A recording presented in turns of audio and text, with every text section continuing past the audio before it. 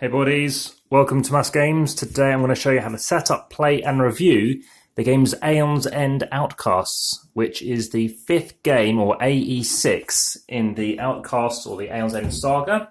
So inside the box, you might have already seen my unboxing for this, which will run through a few of these things. Things have changed slightly. You're going to have a setup deck, so I'll leave it up to one side.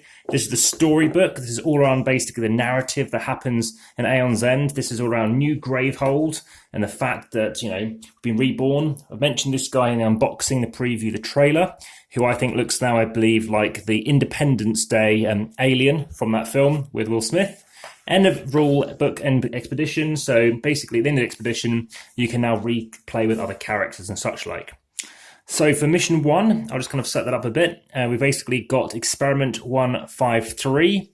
So this is who you're going to be fighting. And I'll come on to obviously what I think about that in a bit of time. I've actually managed to get myself hold of a nice little plastic thing to basically keep all these in a nice clear envelope.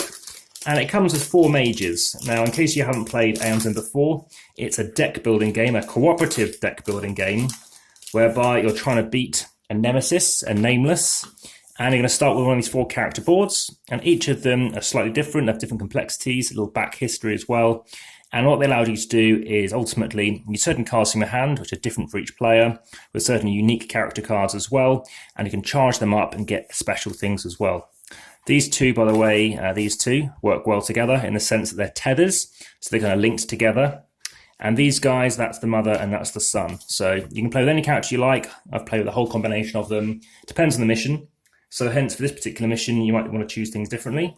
Inside the box, you're also going to have your life marker for New Gravehold. So as you lose life, you're going to move that down, etc. And if you reach 0 with this, or if both of your characters, say if you're playing a 2-player game, become exhausted, you are also out. You've got a dial for a nemesis or a nameless that you're playing with. You've got numerous envelopes that you're going to work your way through as well. You've got B1, you've got B2, etc. And also you're going to have all the way through to 3B, 3A as well. Don't know why I'm saying B before A. And you're going to have this stuff over to the left, which is basically where you're going to be sorting your cards as you're playing things out. Give me some charges. Now I do use little cupcake things to keep hold of them.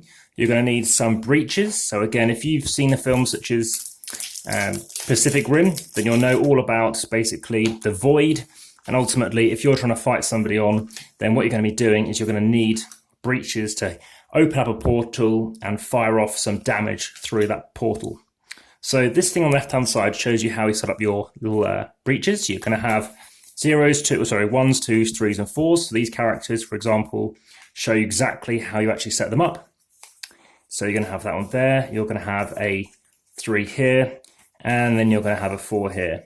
Now the reason why you open them is it allows you to do damage. At the minute, you can only do damage from one of these portals.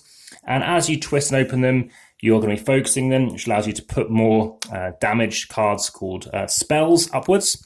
And if you twist it like that, basically you're focusing it and allows you to load up a card. And when it's your turn next, you're able to shoot that off. I'll come on to that in due course. I just want to show you whilst I've got it in shots. Now, when you open it completely, of course, then at any time when you have a spell loaded to it, you can cast it. So you prep, that's the phrase to use. Now, level 3 and 4, you do an extra damage as well once it's opened. So for the time being, I'm just going to put away the 4 and the 3 and even the 2. And then later on, when I get out these cards, you'll kind of see how I'm using them. Now, by all means, if you enjoy the content, just whilst I'm just doing a bit of cleanup here, please do hit that thumbs up, that like button. And if you have any questions or comments, please do get back to me as well. And lastly, check out the description for anything else I add to it. So firstly, we'll leave that in shot. Now we're going to come on to what else we have here, which is how to load up the character. So in this particular character, you're going to go through your cards and see exactly what they're going to need.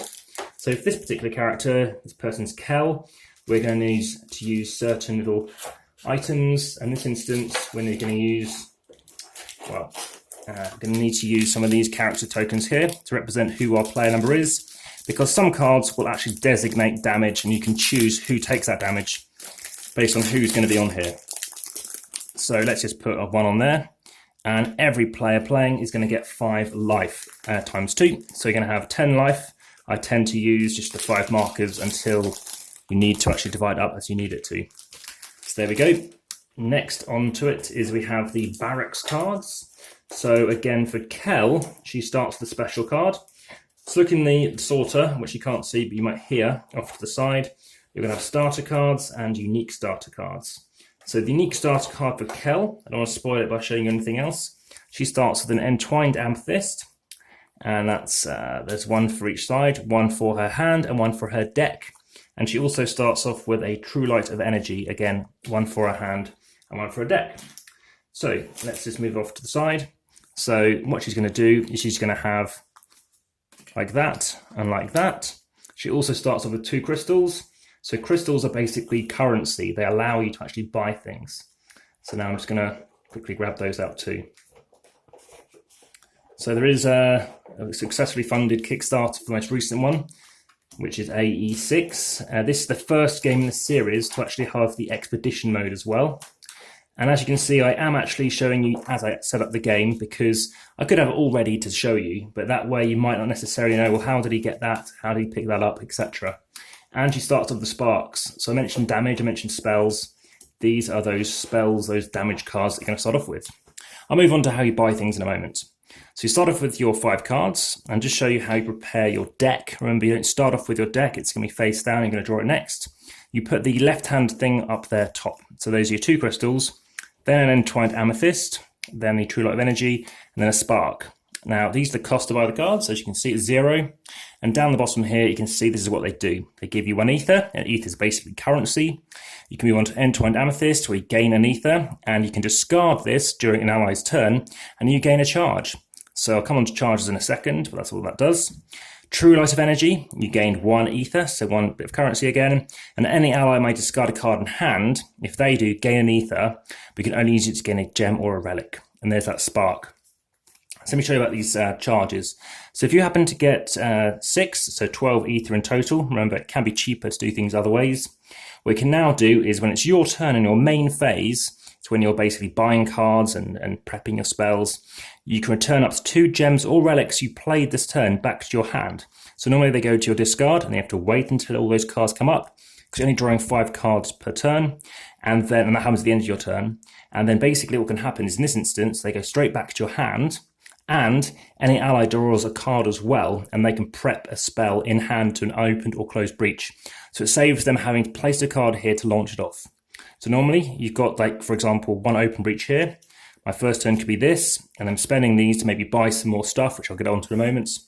And then it's somebody else's turn, for example, and it's back to my turn whenever that might be. And the first thing that happens is it casts off and does some damage to, for example, this experiment 153. Having said that, I don't have to. It's an open breach. It's only if it's closed that it must be sort of sent off. But in this instance, let's say we want to cast it off. Ultimately, in your turn, you always send off whatever you had loaded up, if you wish to, and then you can do your buying and stuff, and any other card activations, and then finally, what's going to happen is you're going to drop your hand. So you always have a full hand throughout the game at the beginning and the end of your turn. Okay, so that's basically how that works. Let me just move that out of shot and move on to the next bit. So we have turn order cards. So inside here, you're going to have 6 cards in a 2-player game. It's 6 players regardless, 6 cards. So in a 2-player game, you're going to have 2 for player 1, 2 for player 2, and 2 Nemesis cards. And like a good fog of war, you have no idea whose turn it's going to be next. In this instance, the first turn up is the Nemesis. And they might have some trigger conditions at the very beginning. And the next card, once they've finished their turn, it's going to be player 2, and then player 1, and then it's 1 again, which means you have to get your hand drawn up again, then player 2, and then Nemesis, and it could be back-to-back Nemi turns, as they call it, just based on what happens. So those are turn order cards. Now we need to talk about other things in here. So we're talking about this experiment 153. So we can go ahead and actually grab those basic cards related to that Nemesis. But before we do, I want to talk to you about some other cards. We have basic cards here as well. These are basic damage cards from the Nemesis deck, which are going to get loaded up. You're going to have your level 3 cards at the bottom, so they're going to be down there first. 2's on top and 1 at the very top. Now, the amount of cards you're using depends on the number of players, but the reference is very handy on the back of the rulebook. And what it shows you there is basically how many you're going to need. So you have 3 level 1 cards, 5 level 2, and 7 level 3 cards. And for example, any player suffers 3 damage and gains a Curse of Rock card. So I'll talk about that in a second. And then obviously things could get more dangerous when you're looking at level 2. You've got this guy, you've got to try and beat this guy, because if you try and beat this instead, then ultimately any player suffers 3 damage, or Unleash, which again could do something negative as well. So you need to be careful of these cards building up. And of course, they're going to keep staying out potentially. And eventually you might have this one where it could suffer 3 damage and something else could happen. Now you can get power cards, which basically mean they don't unleash it straight away. You have a chance to get rid of them if you can destroy or get rid of something. For example, 3 ether level spell. And basically you have 1 turn. So it's going to have a power token, which looks like this, that you're going to leave it on there and show you that if you let this guy come up again, that's what's going to happen. And sometimes that does happen just based on that turn order and how things work. So I'm now going to chuck stuff back into where I got them from. So the turn order deck cards. I'm going to put down the basic cards, and these basic cards can get worse. You're going to have some upgraded cards as well, which can be dangerous and something that can happen. And if you've played Aeon's End Legacy, you'll be very familiar with basically how that works. So some of these characters, they start off with different things. Very nice artwork on the cards. One of the designers, in fact, is actually involved and has been an artist as well on some of this. Some of the art I didn't like too much, but generally I found it quite appealing, quite a bit scary at times, and very fun quotes sometimes at the bottom of these cards. I'm not saying this is going to be funny, but this one says, "As it is in love, so it is in magic." So there we go. All right, so I haven't talked to you yet about the currency of basically how you can buy things. So in the game, it recommends you have 4 gems, 2 relics, and 3 spells. And I'm just going to show you the beginning of basically what you can start off with for these gems. So you normally have around 7 cards. So in this case, you could be buying this for 3. Remember, we started off with 3 or 4 for this particular character. So you're going to gain 2. So when this card's going to go into your discard and it comes around to your hand again, you gain 2 instead of the 1 card you might have had before. And if it's the second time you've got it, you can actually destroy this particular card to gain a card that costs 4 ether or less. You've also got this guy. You've got the Petrified Phoenixian. Again, gains you 2. And the next time you get a card this turn, you may cast any player's prep spell. So we can stick that there. And then we have the Duplicating Sazite. Gains 3, going to cost you 6 though. The next time you get a card this turn, you may discard a prep spell that costs 1 ether or more. If you do, any ally gains a card from the supply that costs less than or equal to the card you gained. So I'll just leave them as a massive deck, but there's loads more cards. So those are spells. We're going to move on to now what relics look like.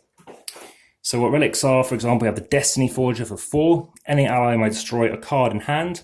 That player may gain a card that costs up to 2 ether more than the destroyed card and place it into the hand, or destroy this and gain 2 charges. So there's that there. And these little numbers, the bottom left, indicate basically when you want to reload the deck, because we've got all these 2s and 3s and 4s, etc. So Transmuter Lens, destroy this. You may destroy a card in hand or discard pile, gain a card that costs up to 6 ether from the supply pile. So those are what spells we'll be working through. Now we've got spells, good old damage cards. Not necessarily saying how you win the game, but, you know, fun nonetheless, at least for me. So it's going to cost you 2. Fortified Frost, deal 2 damage. You may discard a card in hand. If you do, deal 1 additional damage. And my favourite card, as they know on the forums of Board Game Geek, Twisted Fang. I'm really surprised this isn't actually on the box cover. Maybe it's too scary for some. Deal 3 damage. If this card supply is empty, deal 1 additional damage. So for 4, you're doing 4 damage, which is fantastic. Got Lightning Arrow. Deal 3 damage. You may discard a card in hand. If you do, Gravehold gains a life. Another very nice card. And finally, in this set of 9, we have Tornado Insight for 6. Deal 5 damage. If you have no closed breaches, gain 1 charge. So that is an overview of the kind of cards that you can be buying. And you're going to work through these, but at the end of the mission, you're going to see if you win or you lose. And what's going to happen is you're then going to go on to seeing what's going to happen next, which is if you win, you can then play Chapter 2. If you lose, you can play it again. And normally, that's it. If you lose, you know, you just move on. It keeps the story moving forward. In a game like Pandemic Legacies, then you obviously will definitely be changing things significantly. Having said that, in a game like this, you can play as much challenges as you like. And there are a couple of missions which particularly are very, very tough. And we played it numerous times and enjoyed it very much. We got closer and closer. We kept on, estimating and trying to redo what we were working on, and we found it very enjoyable. Some people did find some missions particularly easy, and some we did complete first time, about 3 of them that we did. Having said that, those hard ones and some of these cards, they're very nice cards.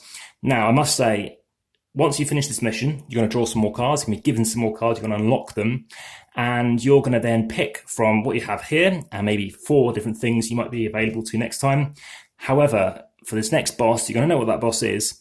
You're going to pick, of those now 13 different cards, 9, so always 9. Having said that, what you don't keep gets banished. So for this expedition, you can't use them again. So this is the first game using this expedition system, and you just have to be aware that, what you're working with, you might not keep, and, could it be useful later? So that's something to bear in mind. So as for the replayability, you can play these bosses with a different different setup. You can do randomizers, so I'll quickly show you them as well. And what randomizing lets you do is basically pick any particular boss. For example, let me show you something which doesn't spoil it. So you basically pick randomly a certain amount of gems, you have your gem pile, etc. And then from that, you're going to say, right, I want to do certain things and fight certain bosses, or maybe you want to pick. And unlike Legacy, it doesn't actually tell you if any cards are stronger or weaker than others, but that's because of the upgrading nature in Legacy. So aside from that, there are some cards, some art on some of the cards, whereby I'm thinking, well, that's very cool artwork, but I don't really understand what's going on in the picture. Whereas these cards should make a bit of sense, because that is Kel from down here, and also you're going to recognize Tarquin, etc. So in some of these pictures. But in one of them, it makes not a lot of sense, but then you see that boss come up in a future card. So it's a bit like, okay, well, why not have it in a later card? The mechanics and actually the way that you fight these bosses is extremely good. I found that it was very varied. I've got my own ideas, in fact, my own ideas from spells as well. And it was, highly enjoyable. And, very, very innovative, the way that you're trying to think, well, do I want money, or do I want spells, or do I want something that helps me in the meantime, which could be a relic? So all those things add up to a very nice meld of how you need to think differently and how you'd play, and also how you can sort of challenge yourself with how you'd actually anticipate things differently. So aside from that, what do I think of in terms of a review and a rating? Well, I rate it very highly. I rate it slightly higher than Legacy, I think, just because it's now kind of a complete game. And my rating is about 9.2, something like that, which is about the 12th highest rated game I've given of the sort of 1,650 plus games. And been very, very impressed with this. Again, lots of replayability. I would still like to play it as it does state. Basically, once you've completed the expedition, you've played all through the various bosses, you can then play again against the harder versions or the upgraded versions of the baddies, and even then you can consider still playing again, of course, with whichever characters you want to play. So all of that leads to a very enriching, highly replayable game, and just showing you what the this first boss looks like. Let's bring him up. There's also going to be some special cards for them too. Experiment 153, so you can have increased difficulty once you've played through the expedition, and basically how you set up the game. Like I said, he's very tough initially to play against. Aside from that, obviously the box is pretty full up, to be honest, as you can tell. So you get your money's worth. There are a few cards missing. It's not the end of the world. It's nothing that's actually affected the gameplay. There's something else that's in it which I haven't talked about. You've got treasure cards, which allows you to, at certain levels, do certain things. So, for example, at the start of your turn, you can focus on your breaches 3 times. You can pick through one of these things and have it yourself. You've also going to have other cards whereby level 1 cards, level 2 treasure cards, you can play between yourselves. And you've also got curse cards. This is unique and the first time it's occurred in Aeon's End series, and that's basically whereby things are stuck in your hands and bad cards that you might want to spend ether to get rid of, or maybe use one of your discard abilities to get rid of it as well. So there are other things to bear in mind. Aside from that, I felt there's some other things which I don't want to spoil, but ultimately there's some nice story arcs going on with some other characters that I've also been familiar with Aeon's End Legacy. Like I said, I haven't played War, I think it's War Eternal, etc. So I'm keen to try that out and see how that matches with it. Even this little nice sponge fits back in there too. So I think I'll leave that at that point, that review. And again, if you have any questions, please do let me know what you think. And of course, I'll get back to you ASAP. Well, I won't let you watch me packing away unless you really want to. So I think I'll stop it there. But like I say, lots more videos coming, and I hope you enjoyed this one. Thanks for watching. Bye for now.